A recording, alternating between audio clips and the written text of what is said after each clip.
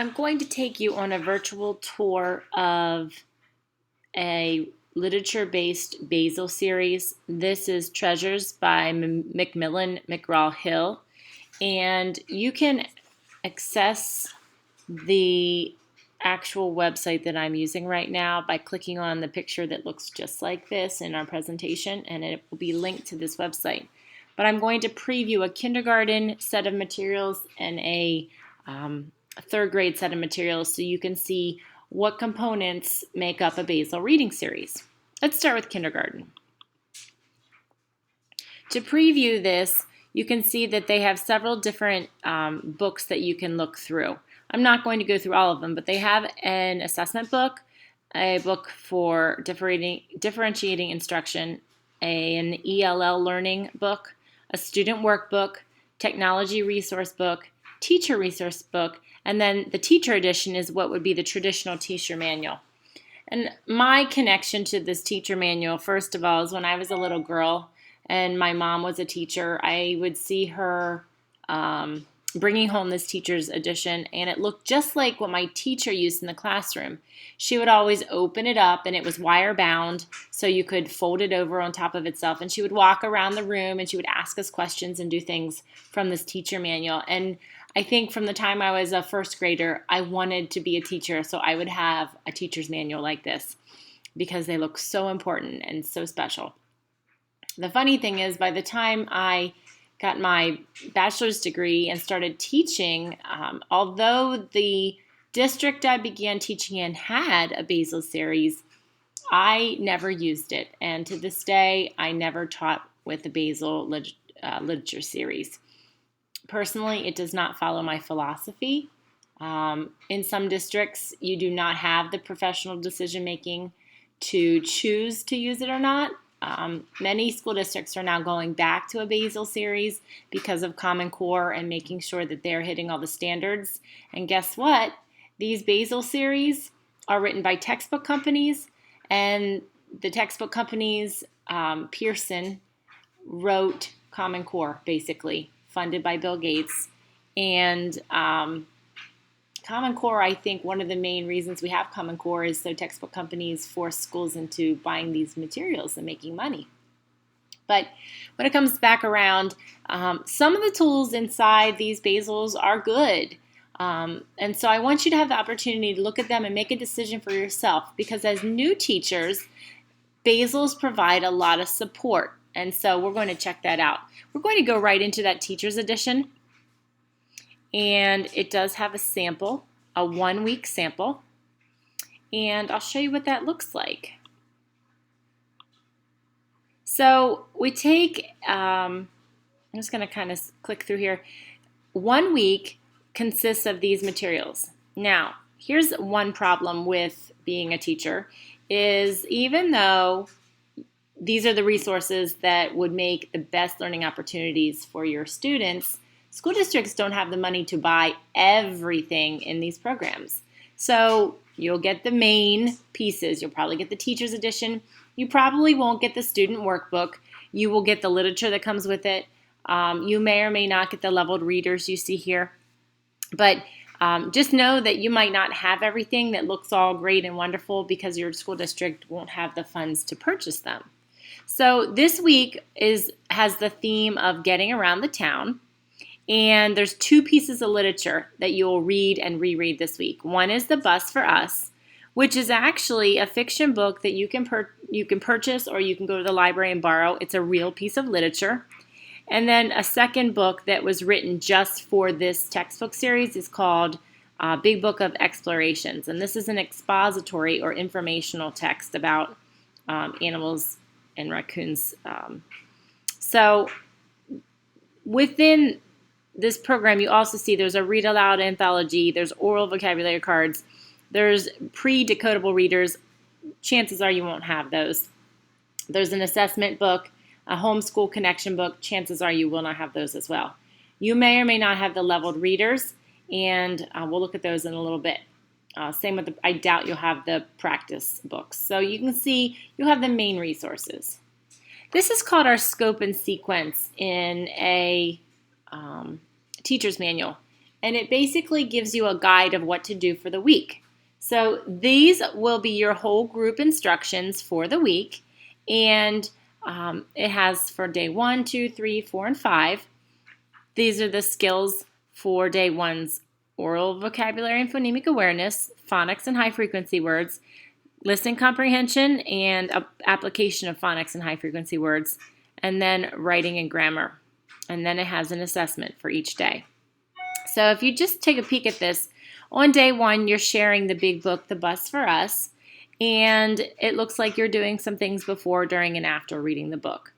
You'll reread The Bus for Us on day 2, and there's a focus question for each day, and you'll kind of build on what you did yesterday, but it's giving you some ideas of things. It says making predictions and confirming predictions, retelling. But again, this is all whole groups, so this would be your shared reading for the day. What this means is all those thematic units that you prepared in the curriculum alignment project, if you're choosing a Basal reading program, you're not going to have time to use that approach. You're instead going to be using whatever the book tells you to use. And you follow the calendar, the sequence on the calendar, so you can't really jump around. Here's day 3, and day 3 you jump into the nonfiction book and you're looking at text features. And day 4, if you have it, it has the interactive read aloud. They're having you read The Turtle and the Rabbit. I'm assuming that's a piece of real literature because it is a literature-based anthology, which means it comes from real stories. So you might be able to pick that up somewhere even if you don't have the anthology. And then day 5 is just reviewing, assessing. You're not reading a story to them at all. To me, I don't like that. I like to immerse my students in literature, lots of varieties. So for a whole week, they're hearing 2, maybe 3 stories. When you turn the page, you can see that to differentiate instruction, because that was your whole group instruction, you'll have small group instruction for each day of the week. And what we talked about just a little bit earlier was our guided reading groups. This is not exactly guided reading groups because you're not leveling them. So you would break them into 4 groups instead of whatever your guided reading data tells you. And you would have boys and girls approaching grade level, on grade level, beyond grade level, and ELL students. You may or may not have these books depending on what your school district purchases, but it's a scripted, they give you the books and then they tell you what to do with them for each level. So you can see there's the approaching level for 5 days, there's on level for 5 days, beyond level, and for English language learners. It's already kind of mapped out for you, so all the work is done. The problem with this is you don't really know what level the students are because you're not using any sort of running record to determine that. My sister is a first grade teacher in Lampeter-Strasburg, and up until this point, she was doing the DRA that we learned about during assessment week and differentiating instruction for her students in guided reading. This year they purchased a Basal series because of Common Core, and she now has students reading in 2 or 3 reading groups a week determined by the Basal series and not determined by their actual reading level. She just had parent-teacher conferences, and several of the parents in her class, of students in her class, are teachers or administrators, and they want to see the data that places their students in these books, and she does not have any. And they respect her enough as a teacher to know that this is not any fault of hers, but they're concerned because students are not working on differentiated materials at their own level, and that was a strength of guided reading that typically we see in most classrooms up until this point. On the next page, you can see that there are some online websites through the publisher that children can play games with. And it also has some activities that you can do while you're doing reading groups. And there's nothing wrong with these activities. There's a good chance, though, that you won't have this little binder that they come in because that will be an extra. But if you do have it, you can see that you could have a read and author station, a reader response station, a photo letter sort, a word spinner, fill in the missing word on sentences, labeling, magnets on the move, and how we go to school. But again, these are things that you would have to purchase to use unless you create it on your own. Then that was the overview of the week. Then it takes you and tells you for each day what exactly to say and do in order. And you can see from the words, if you look at introduce the theme, tell the children that this week they will be talking and reading about forms of transportation, such as buses, trains, or cars, that people use to get places. Write the following question on the board. What things do you see that move around town? And then it says track the print as you read this question aloud. Help the children realize that spoken words can be represented by print, and then prompt the children to answer the question. So it's telling you exactly what to do. It is scripted for you. This is why teachers, back when I was just wooing my teacher with her teacher's manual, the reason why she walked around carrying it is because she was reading from it, because that's what you do when you're using a Basal program. So this just goes over what you're going to do for each section of the day during your ELA or language arts time. And you can see again, there's teaching charts that you would have to purchase. And then, photo cards that you'd have to purchase if you're actually going to follow this. See if there's anything else. Here's some comprehension activities that you would break out and do from the book. So again, it tells you what to do. This is a strength if you're new and you don't know what to do. But if you do know what to do, this really limits you. There's several pages, as you can see. Then we get into our day 3. And this is day 3. Again, you can come to this website and take a peek at it. Day 4 and day 5. Then it goes through and does your small group for each of the students. So this was day 1, small group for your English language learners. Day 2, small group for your approaching. Those are your below grade level students. Day 2 for your on level. Day 2 for your beyond level. Day 2 for your ELLs. So you can see you don't have to think. You just pick it up and you do it. And that's how Basal readers go. All right, now we're going to go back. And we're going to, back to sample box, back to grade level. We're going to hit 3rd grade and just take a peek. Again, same resources. I'm going to go in the 3rd grade Teachers Edition. I'm going to go a lot more quickly because I've explained how the book works, but just to see something on a different grade level. Now we're looking at week 4 for 3rd grade. You can see there are digital resources. And it looks like for 3rd grade, we have Wolf as our literature selection. We have The Boy Who Cried Wolf and Truth About Wolves. So we have a fantasy story, a folk tale, and a nonfiction for the week. They also, again, have 4 reading groups: the approaching, on level, beyond level, and ELL. Here is your suggested lesson plan for the whole group.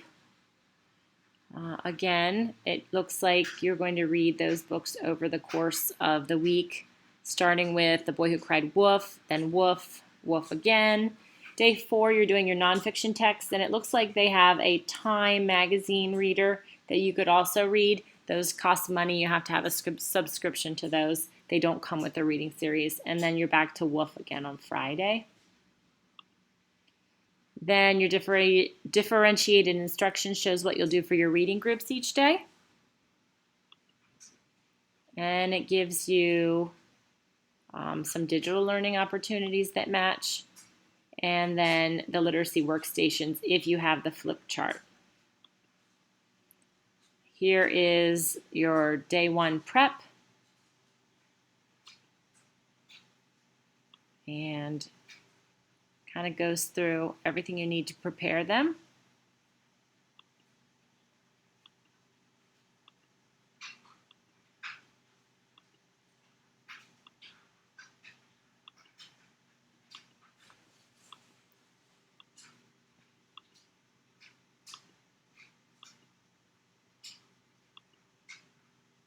So you can see each of the you see each of the headlines of things that we've been talking about.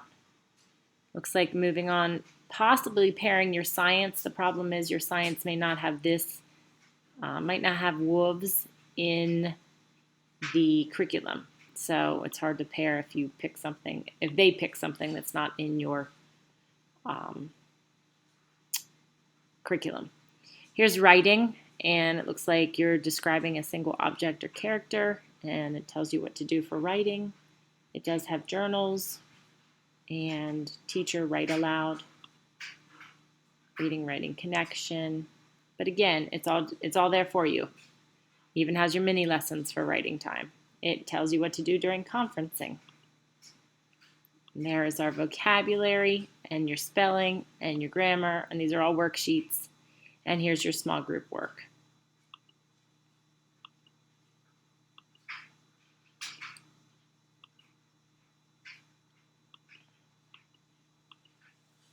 And I am flying through these. I know you can't read them, but I'm just showing you how much is there. And there's the assessments for the end of the week. And those are in the Student Weekly Assessment book or your Fluency Assessment Practice. They are not running records. They are mostly worksheets.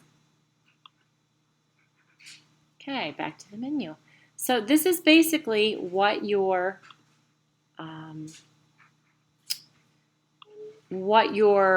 curriculum looks like when you're teaching through a Basal. It encompasses your whole group reading time and your small group reading time. Whereas the guided reading program we looked at last time was only the small group reading time, and your whole group reading time, you would use that thematic approach that we talked about over the last couple weeks, where you would select a theme, you would choose your own real literature, and you would use that literature to teach the vocabulary, the comprehension, the reading, the writing, the phonics. So that it's a really different philosophy. It's definitely still has the cohesiveness because, as you can see, everything's wrapped around this Basal, just like everything was wrapped around your theme. But it takes the job off of you as the teacher to create the theme. So I'd like you to check it out. This was your preview video. Go on in and check it out on your own, and we will do some try it out activities from there.